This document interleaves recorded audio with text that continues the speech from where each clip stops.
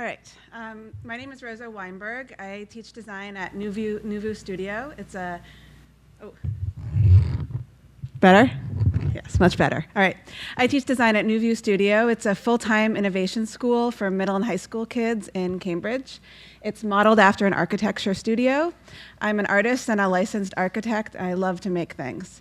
So we don't teach buildings, we teach the process that architects learn in school, and middle and high school kids come to us all day, every day, for at least a trimester, and it's broken into 2- and 3-week studios. This is my 4th year. By now I've taught over 40 different 2- and 3-week studios. Students go from having pretty low fidelity prototypes then to using technology like laser cutters and 3D printers to having a pretty high fidelity prototype by the end of the 2- to 3-week studio. Many of the studios that I focus on work with people with disabilities. And I've noticed through this work that there are 2 types of biases that students bring to the work. And getting over those biases really help them to do better work.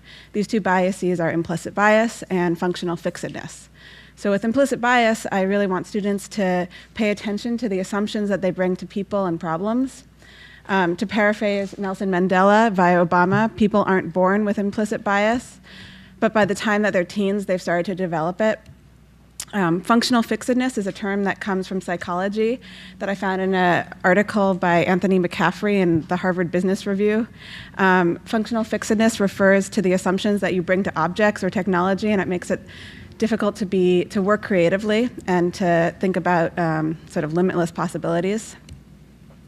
For instance, if you only see a Lazy Susan as a device to spin food around, or a PVC pipe as something that can be used for liquids, or a rock climbing harness for rock climbing, there's a common test of creativity called Guilford's alternative uses task. The more alternative uses you can think of for an object, the more flexible your thinking is. So last spring, we worked with Ross Lilly of Access Sport America. Ross runs a program that provides adaptive windsurfing and other sports for people with disabilities. I'm going to talk about one of the 6 projects that came from that studio. These are the 3 students who worked with the athlete, Marina, Izzy, Maddie, and Ryan. This is Marina. She had a traumatic brain injury about 10 years ago. This is her about a week before her injury. She has a natural love of dance. A month from when the start of the studio, she was going to be performing to Try Everything by Shakira.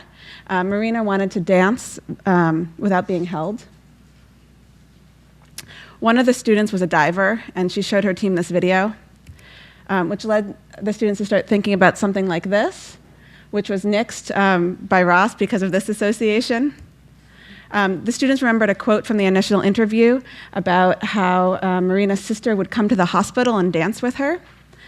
So the students started thinking about Marina being in the center and being able to spin and be supported while one sibling was on either side. Functional fixedness stops people from solving these good problems, and so instead of saying that it was impossible, the students said, what if you had a Lazy Susan, and turned it into a working part for a device. Took some PVC pipes, 2 rock climbing harnesses, and a work belt, and created a device that would allow 2 people to steady her as she danced, to try everything. So we want students to rethink their relationships to questions and rethink the people in front of them and rethink the tools that they're using. This is Marina trying to dancing to try everything. Imagine then what's happening for the students where the classroom became a realistic experience.